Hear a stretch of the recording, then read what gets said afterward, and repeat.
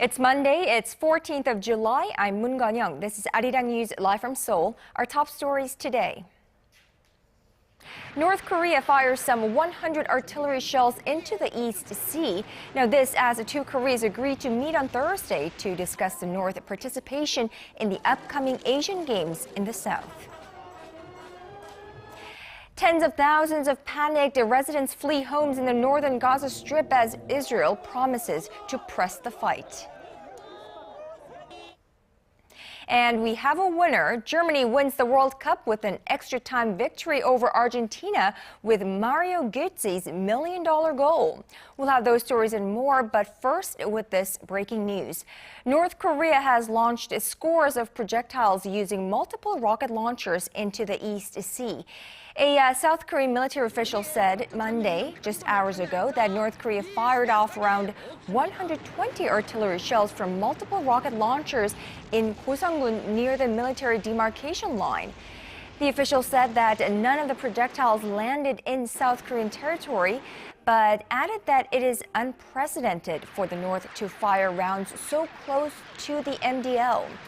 Well, the device used is presumed to be a 122-millimeter multiple rocket launcher, which has a range of up to 20 kilometers. The South Korean military remains on high alert for additional provocations. And that is only the latest in a series of mixed signals North Korea has been sending out lately, proposing to mend inter-Korean ties and then going ahead with a string of missile launches. But as the North improves its missile development capabilities, analysts in the U.S. have begun to wonder whether engaging in dialogue could be a better option for Washington than its current policy. Here's our Hwang Sung-hee.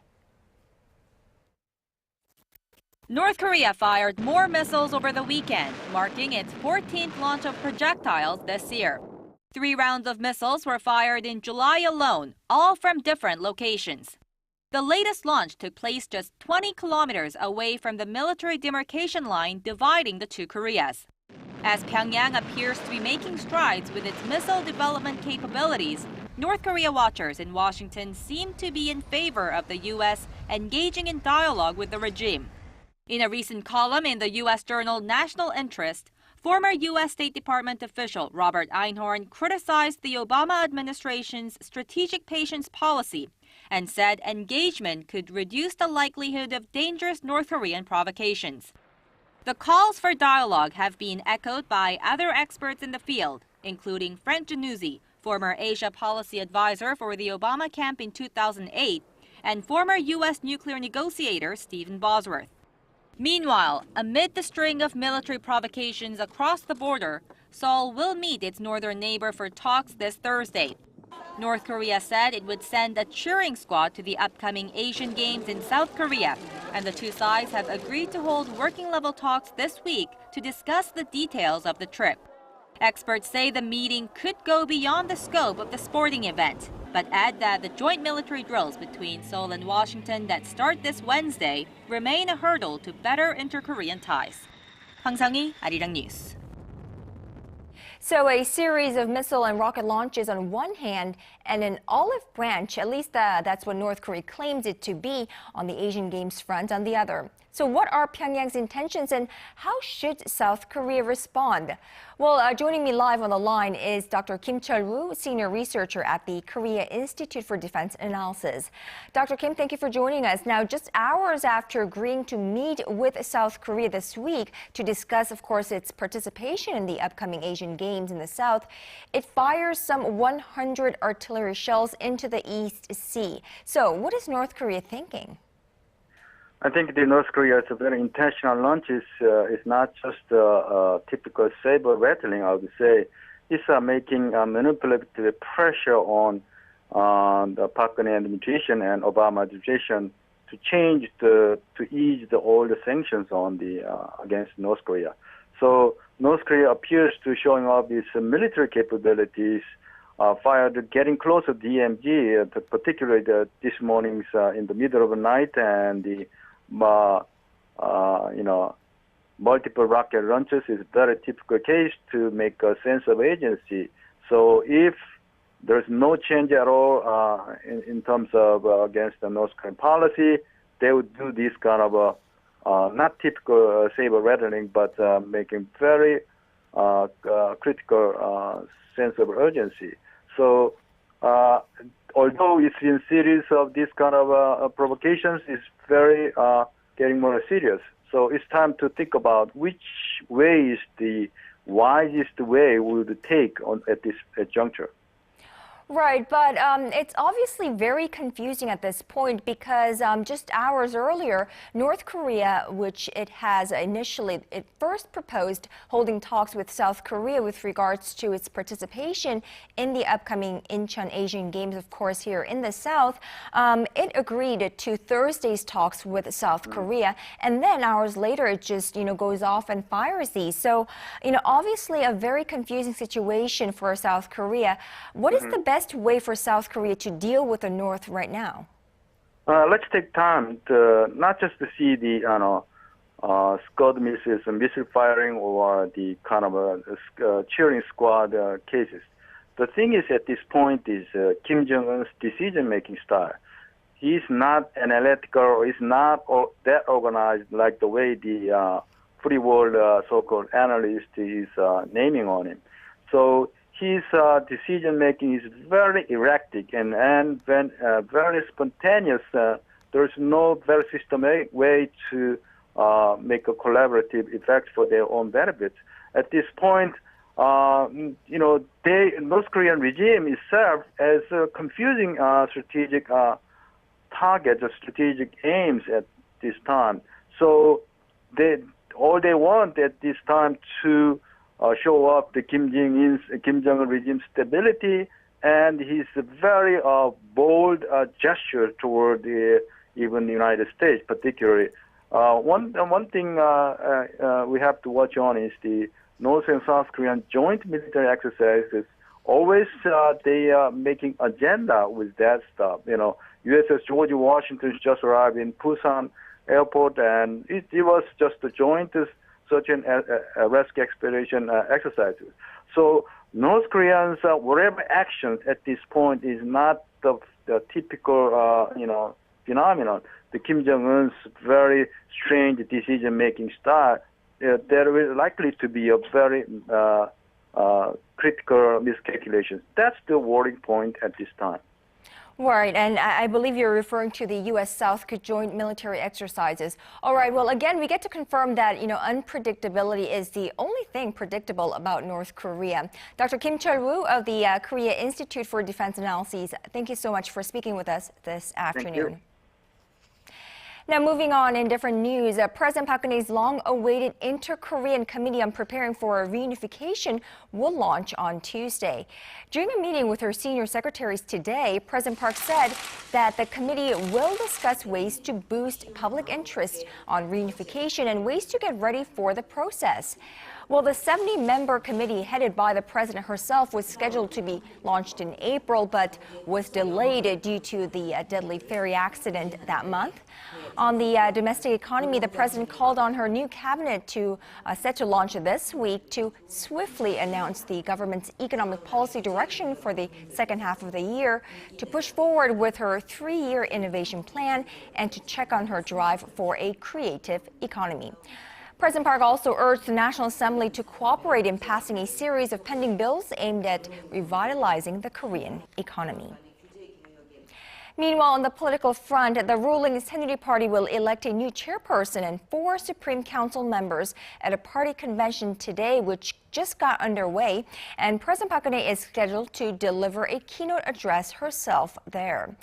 The 2 frontrunners for the party's top spot are Seo Chung-won, a 7-term lawmaker and confidant of President Park, and Kim Moo-sung. He's a 5-term lawmaker who once led the pro-Park faction, but now represents a non-pro-Park faction.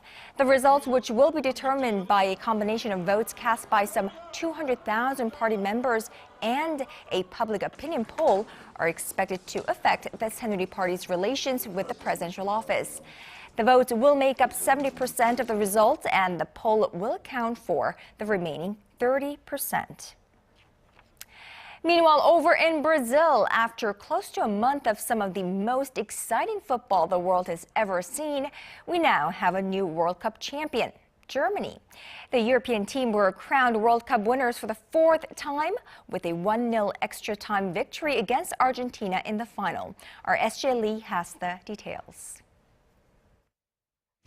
As many fans and pundits predicted, it was an exciting match to close out the 2014 Brazil World Cup. With the match going the full 90 minutes without a single goal scored, the match went into extra time, still looking for a clear winner. It wasn't until the 113th minute when Mario Götze scored a brilliant goal, giving Germany the 1-0 lead and the win. For Germany, this marks their fourth World Cup win, but first as a unified nation, as the team have only won as West Germany in the past.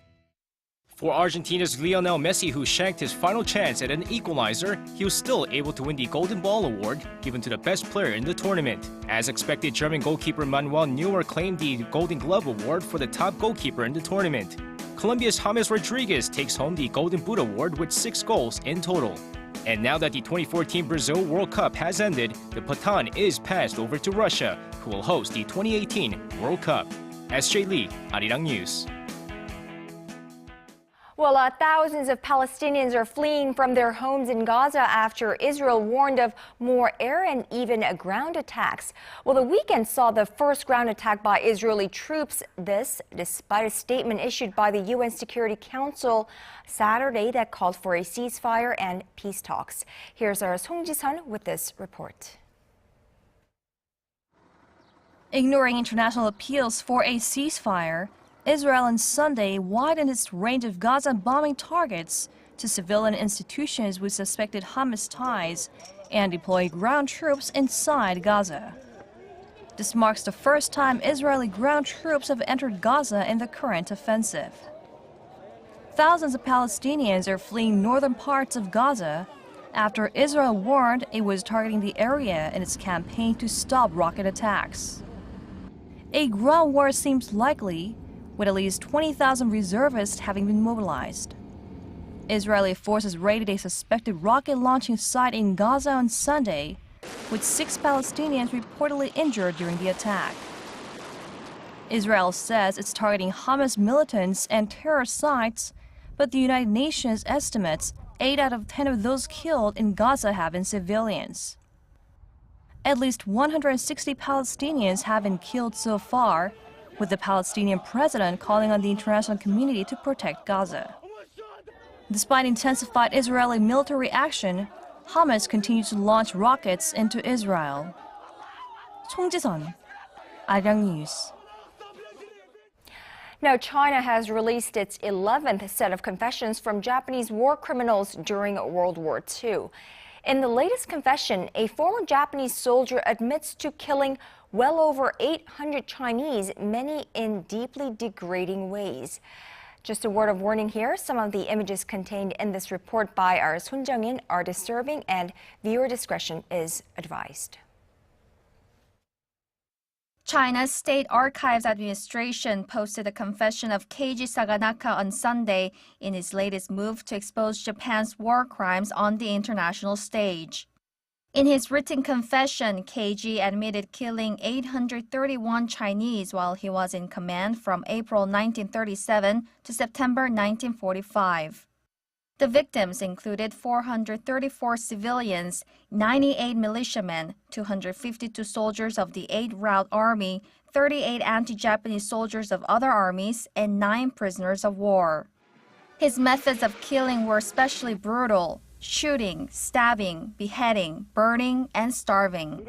He confessed to killing a soldier by dissecting him while he was still alive and burying 30 civilians waist-high before shooting them. Keiji was also responsible for the enslavement of thousands of Chinese civilians who were captured and used for forced labor. He also admitted to raping more than 30 Chinese women and using poison gas on the battlefield. This is only the beginning of China's publication of confessions of 45 Japanese war criminals. China wants to highlight Japan's wartime atrocities amid disputes with the country over history and territory. The document has also been translated into English, reflecting China's efforts to reach Western audiences. Son Jung-in, ARIRANG News.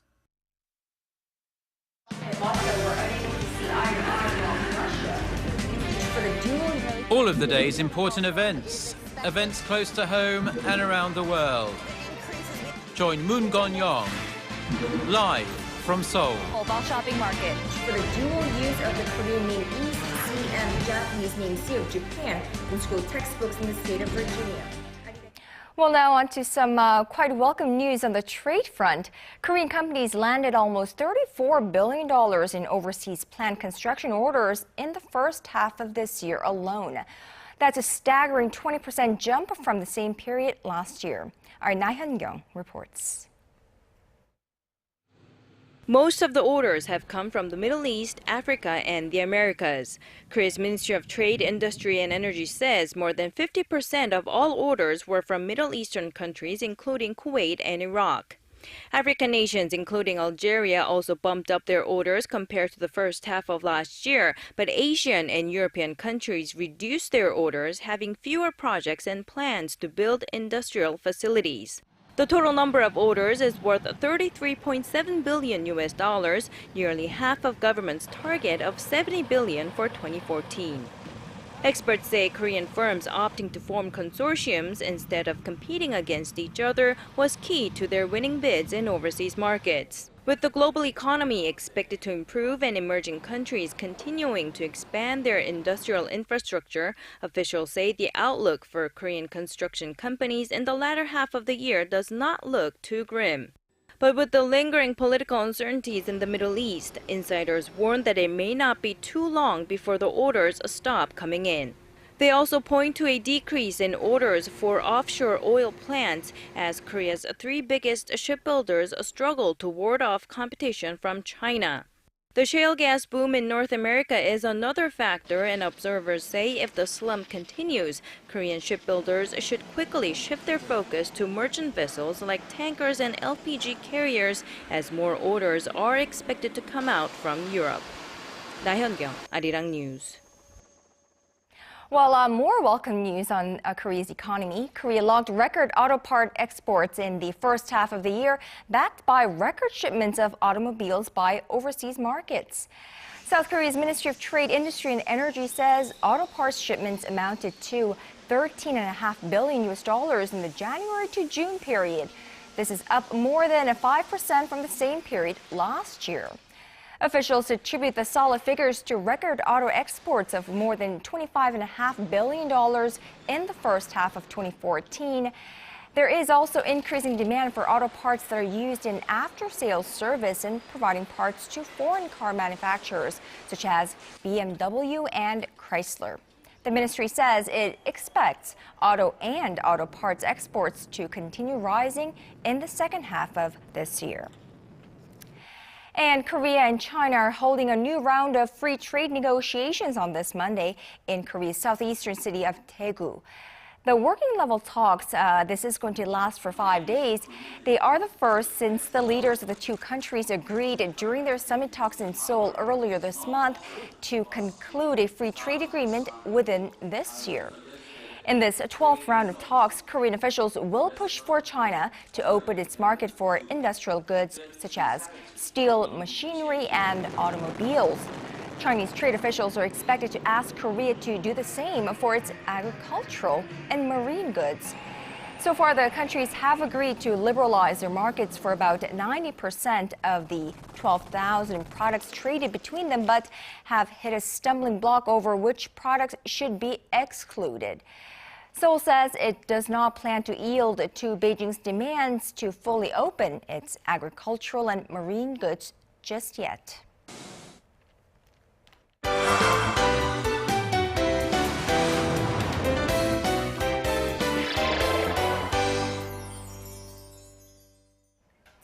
And it's time for our daily arts and culture segment. And of course, Im Yoon-hee joins me live in the studio. So let's check out what she has for us today.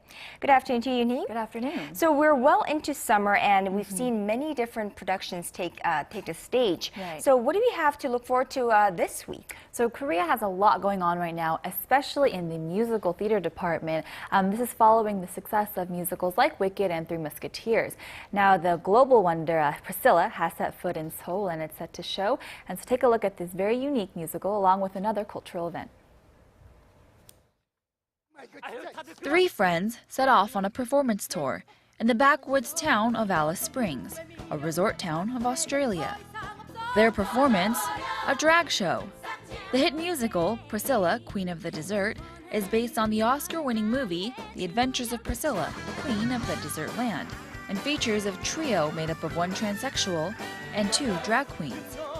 It's been staged all over the world and has collected awards at both Broadway and West End. And now Priscilla is being staged for the first time here in Asia with a Korean cast. The performance involves over 500 different award-winning, one-of-a-kind costumes, and also lights up the stage with tens of thousands of LED display lights.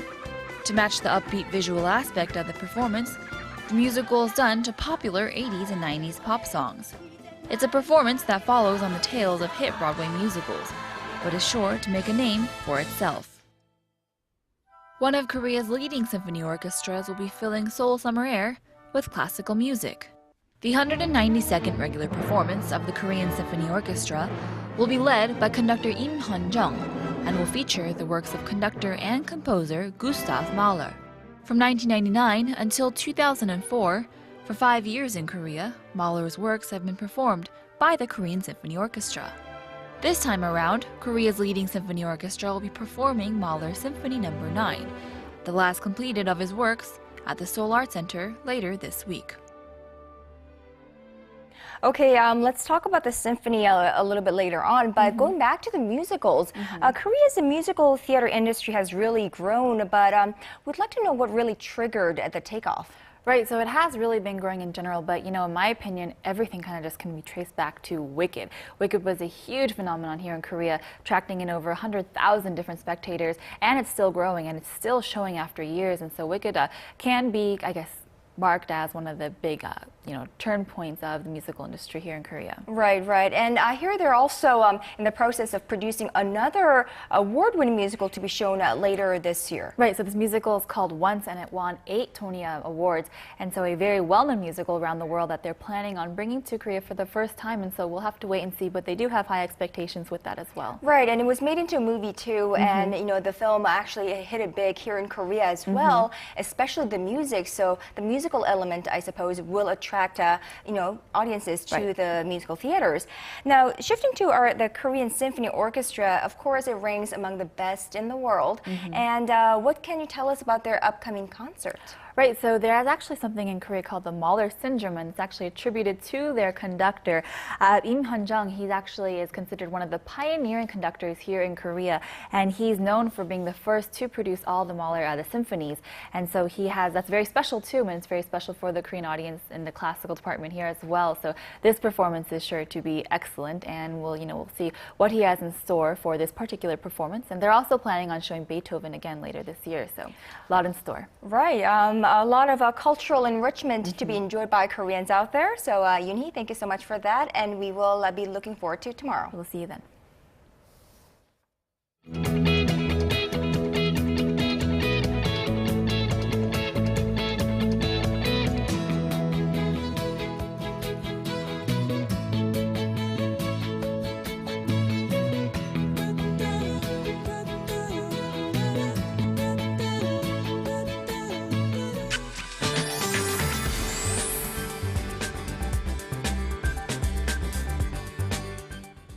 Well, Korea is usually drenched with monsoon rain at this time of the year, but the peninsula has been pretty dry so far this summer. The monsoon season usually begins in late June here in this country, but got started later than usual this year on July 2nd in the central region. Rainstorms, including those riding on the back of the recent typhoon Noguri, have only grazed the southern island of Jeju, resulting in a shortage of rainfall on the Korean peninsula.